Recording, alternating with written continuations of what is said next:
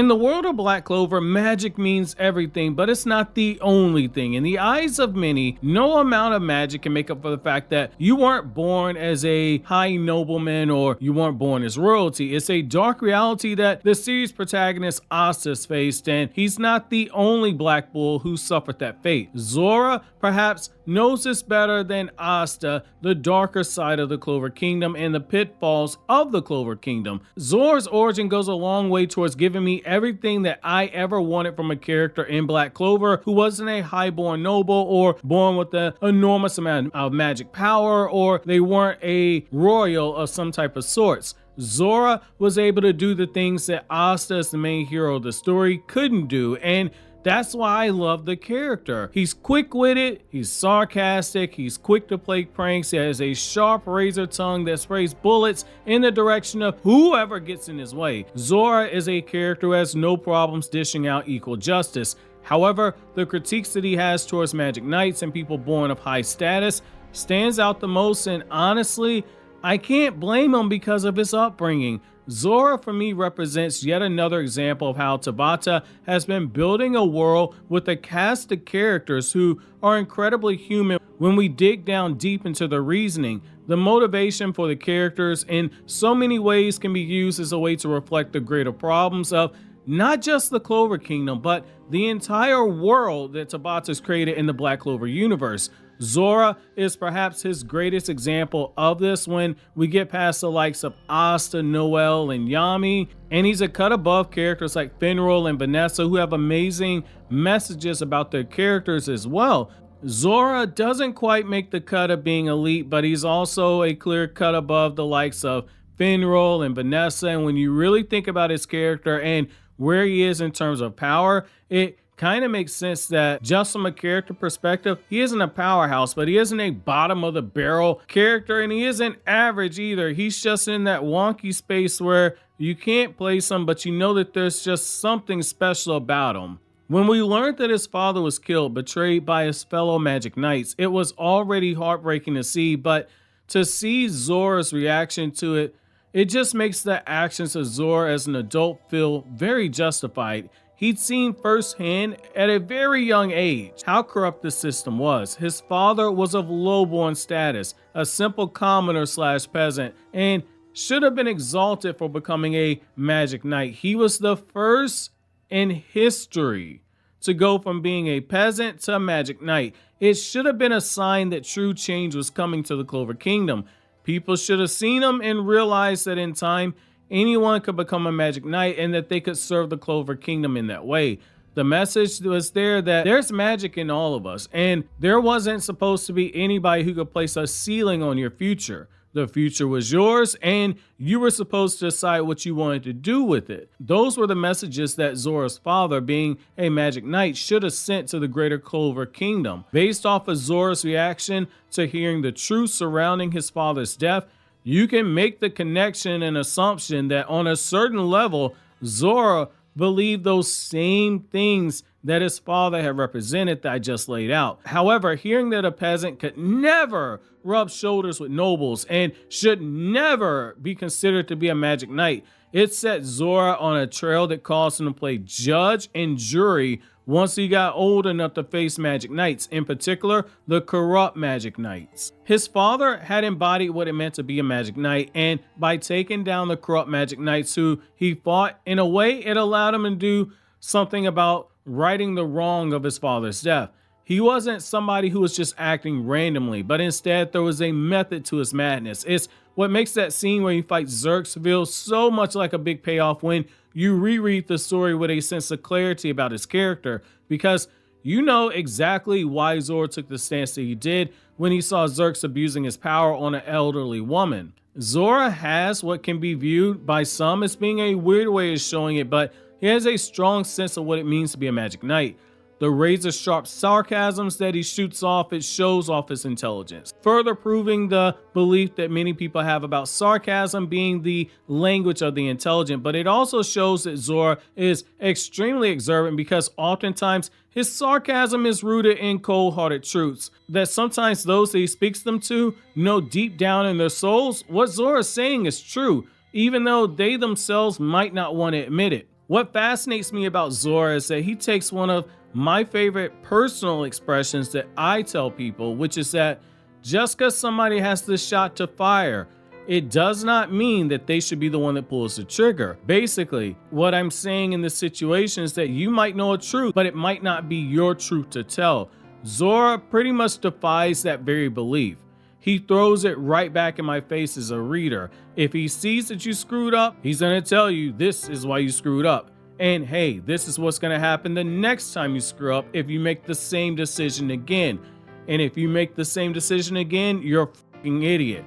However, the reason why I enjoy these moments is that he doesn't just point fingers at others. He's also willing to point the finger at himself as well. In life, it's not as common as it should be for people to take accountability. It's always, in a lot of cases, somebody else's fault, or they're playing victim of whatever situation they're in, and they might very well be the victim. But too many people don't look in the mirror and say, what did I do wrong? Did I do anything wrong at all? And what can I myself do to get myself out of the situation that I dug myself in? Zora is a walking embodiment of that. When he screwed up, and he screwed up quite a few times, he's flat out owned up to it. Anyone can critique others, but it says more when a person can lay their own faults out there for everyone to see and flat out acknowledge that those weaknesses that need to be strengthened moving forward, and accept any criticism that comes their way, especially be willing to give their own criticism of themselves. What I also like is that Zora doesn't ignore his strengths while building up his weaknesses. The fact that his trap magic has improved to a point where he's able to briefly get the drop on the King of the Devils during the climactic battle of the Spade arc is proof that he's improved in the areas of his strengths. What I also like about this character is that for all the seriousness that he can possess, he's still someone who isn't above playing pranks. That childish element to his character is what makes him one of my favorites. The stink bug pranks and the way that Asta almost seemingly always seems to fall for them is downright comedic gold, but it also showcases two things that Tabata's brilliantly done with this character. Is giving him a human flaw, and it's also giving him a characteristic that makes him relatable. So that's point number one. Now, this is the other thing too. We also are in a situation where we as readers, we know someone like Zora in our real life. We know that one person who we say, hey, you play too much, or when they pull a prank, they pull a prank that just goes way too far. Now, the second thing that Tabata's done here as an author when it comes to the character of Zora is that the way that he's written, it allows the character who has the potential of being way too serious to be someone who breaks the tension and resets the atmosphere when things are getting too tense or they might be getting too boring. He's a chaos agent in that Tabata can use him to shake things up from a little bit to a whole lot of shaking things up. And that's what makes his character work, because when he's on screen, you don't know if he's gonna pull a prank, have completed some super clever plan with this trap magic, or is he gonna unleash a razor sharp tongue attack on the next person that gets on his nerves. That's where you see the true brilliance in his character and why the character works so well, in my opinion.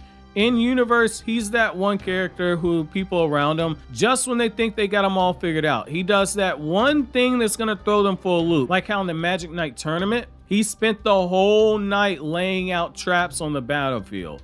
He can come off like someone who's a bit of a lone wolf in one breath, and then in the next breath, we'll see him training alongside Magna in order to get stronger. He's always moving the needle in ways that make me pop with excitement as a fan when he's on screen in the manga, and honestly, this story needed a character like that who shake things up while also bringing in more of the comedy so as to prevent him from coming off like being a total dick, which, based off of his character, it is very easy for somebody to jump to that conclusion. This was a desperately needed aspect of his character. And to use some of my own personal beliefs, the reason why comedians are so funny and a lot of times is because they're some of the most damaged people. They've learned to laugh through their tears. And in some cases, they've learned to make others laugh as a defense mechanism to tone down a tense situation, or as a way to bring people together, or to prevent others from crying because they're too busy laughing.